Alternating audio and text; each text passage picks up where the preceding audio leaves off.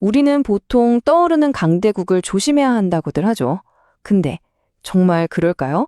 어쩌면 진짜 위험은 전혀 다른 곳에, 바로 쇠퇴하는 초강대국에 있을지도 모릅니다. 오늘 그 이유를 한번 제대로 파헤쳐보겠습니다. 요즘 미국의 외교 정책 정말 예측하기 힘들죠? 그 원인으로 다들 도널드 트럼프를 딱 지목하잖아요. 근데 과연 그 사람 한 명 때문일까요? 아니면 이건 그냥 겉으로 드러난 증산에 불과한 걸까요? 오늘 우리는 그 뿌리 깊은 원인을 찾아 떠나보려고 합니다. 네, 맞습니다. 이 문제의 진짜 해답은요, 어떤 한 사람의 성격 같은 데 있는 게 아니에요. 역사를 쭉 관통하는 아주 강력한 패턴 속에 숨어 있습니다. 지금을 제대로 이해하려면 우리 잠시 과거로 시간여행을 떠나봐야 합니다. 자, 우리가 가볼 곳은 바로 1956년입니다. 얼핏 보면 전혀 상관없어 보이는 이 과거의 사건 속에 오늘날의 미국을 이해할 아주 결정적인 열쇠가 숨어 있거든요. 여기서 우리가 꼭 알아야 할 핵심 개념이 하나 나옵니다. 바로 지위 불안, 영어로는 스테터스 엔자이어티라고 하죠. 이게 뭐냐면요. 한때 세계 최고였던 나라가 우리 힘이 예전 같지 않네? 라고 느끼면서 겪는 일종의 심리적 패닉 상태 같은 거예요. 그리고 이런 불안감은요, 종종 아주 비이성적이고 위험한 행동으로 이어지곤 합니다. 자, 이 타임라인을 한번 같이 보시죠. 1956년 7월, 이집트가 수에즈 운하를 국유화하겠다고 선언합니다. 그러자 당시 세계를 주름잡던 영국이 발칵 뒤집히죠. 자기들 영향력이 줄어들까봐 두려웠던 거예요. 그래서 10월에 아주 무모하게 이집트를 침공해버립니다. 근데 결과가 어땠을까요? 한 달 뒤인 11월 새로운 강자, 바로 미국의 엄청난 압박에 못 이겨서 정말 굴욕적으로 군대를 빼야만 했어요. 이 모든 비합리적인 결정의 배후에 바로 그 지위 불안이 있었던 겁니다. 사실상 이 사건이 대영 제국의 시대가 끝났다는 걸 전 세계에 알린 셈이었죠. 그러니까 이 수에즈 위기가 우리한테 주는 교훈은 딱 하나입니다. 정말 명확해요. 아무리 합리적이고 이성적인 지도자라도 국가의 지위, 그 위신이 걸린 문제 앞에선 상식을 벗어나는 위험한 선택을 할 수 있다는 겁니다.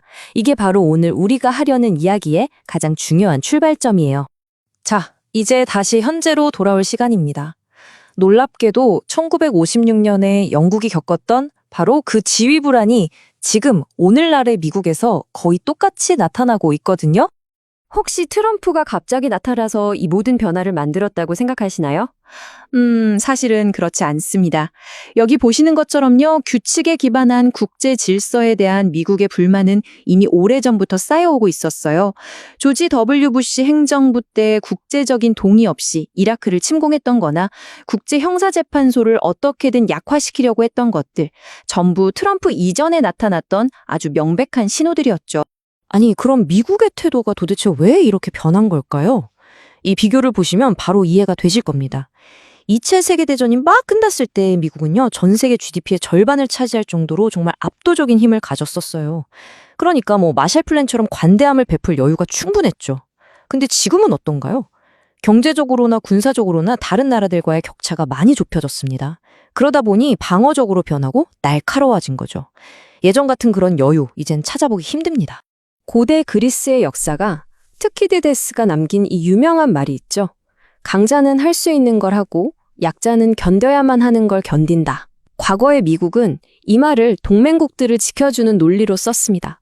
우리가 강하니까 너희를 지켜줄게. 이런 식이었죠. 하지만 지금은요, 이 말이 완전히 다른 의미로 쓰이고 있어요. 다른 나라들에게 미국의 뜻을 강요하는 아주 냉혹한 현실주의의 근거가 되어버린 겁니다. 상황이 180도 달라진 거죠. 자, 영국의 쇠퇴와 미국의 쇠퇴. 둘 다 역사적인 패턴이라는 점에선 비슷해 보입니다. 하지만 여기에 아주 결정적인 차이점이 하나 있어요.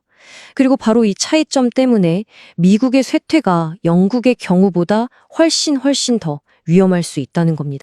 이 표를 보시면 그 차이가 한눈에 들어옵니다. 후계자를 한번 보세요. 영국이 패권을 넘겨줄 때 상대가 누구였죠? 바로 동맹이었던 미국이었습니다. 그런데 지금 미국의 잠재적인 후계자는 누군가요? 바로 라이벌 중국이죠. 여기서 오는 심리적인 충격이 완전히 다른 거예요. 영국 입장에서는 가업을 잘 키운 자식에게 물려주는 그런 느낌이었다면 미국한테 이건 적대적 M&A로 평생 일군 회사를 빼앗기는 기분인 거죠. 바로 이 차이가 한쪽은 비교적 평화롭게 물러나게 만들고 다른 한쪽은 어떻게든 버티려고 공격적으로 나오게 만드는 정반대의 결과를 낳고 있는 겁니다. 네, 바로 이겁니다. 영국의 퇴장은 계승에 가까웠지만 미국의 쇠퇴는 적대적 인수로 느껴진다는 것. 이 감정적인 차이 하나가 미국의 반응을 훨씬 더 공격적이고 또 예측 불가능하게 만드는 핵심 원인입니다. 그렇다면 이렇게나 위험한 쇠퇴는 앞으로 전 세계에 어떤 의미를 가질까요? 이 마지막 부분에서 그 점을 한번 짚어보겠습니다. 우리가 지정학 얘기할 때 특히 디데스의 함정이라는 말 정말 많이 듣죠. 새로 떠오르는 강국이 기존의 챔피언 자리를 위협하면서 결국 전쟁이 터진다는 그 이론 말입니다. 그런데 어쩌면 우리는 지금까지 이 함정의 진짜 위험을 완전히 잘못 보고 있었을지도 모릅니다. 진짜 투키디데스의 함정은요, 야심만만하게 치고 올라오는 도전자, 그러니까 중국이 전쟁을 일으키는 게 아닐 수 있다는 겁니다. 오히려 진짜 위험은 모든 걸 잃을 위기에 처한 기존의 챔피언, 바로 미국이 자신의 지위를 지키기 위해 필사적으로 최후의 발악을 하는 데 있다는 거죠. 이게 바로 우리가 주목해야 할 새로운 관점입니다. 그리고 이런 필사적인 몸부림은요, 그냥 상상이 아니라 이미 현실에서 벌어지고 있습니다. 여기 보시는 것처럼요, AI나 반도체 같은 핵심 기술을 통제해서 경쟁자의 발목을 잡고 온갖 경제 제재와 관세를 동원해서 압박하고 심지어 오랜 동맹국들에게까지 더 많은 걸 요구하면서 관계를 흔들고 있죠. 이 모든 건요, 순순히 역사의 뒤안길로 사라지기를 거부하는 한 국가의 처절한 생존투쟁이라고 볼 수 있습니다. 그러니까 우리가 여기서 놓치지 말아야 할 핵심은 바로 이겁니다. 지금 우리가 보고 있는 미국의 이런 행동들은요, 특정 대통령이나 행정부의 정책적 선택, 그 이상이라는 겁니다. 이건 역사의 흐름을 거부하는 초강대국의 거의 본능적인 저항에 가까운 거예요.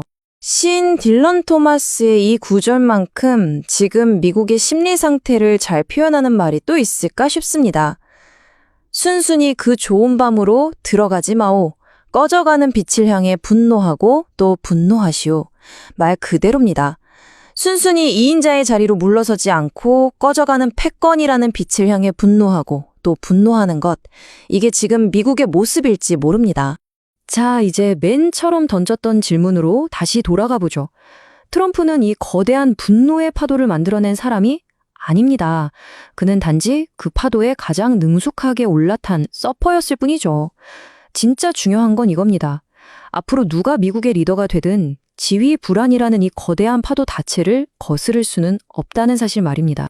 오늘 이야기는 우리에게 아주 중요한 관점의 전환을 요구하고 있습니다. 우리는 지금까지 떠오르는 강대국에 어떻게 대비할 것인가 이것만 고민해 왔잖아요. 하지만 진짜 우리가 던져야 할 질문은 이게 아닐까요?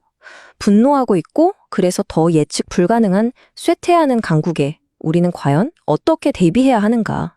이 질문에 대한 답을 찾는 것이 앞으로 우리 모두에게 주어진 가장 큰 숙제가 될 겁니다.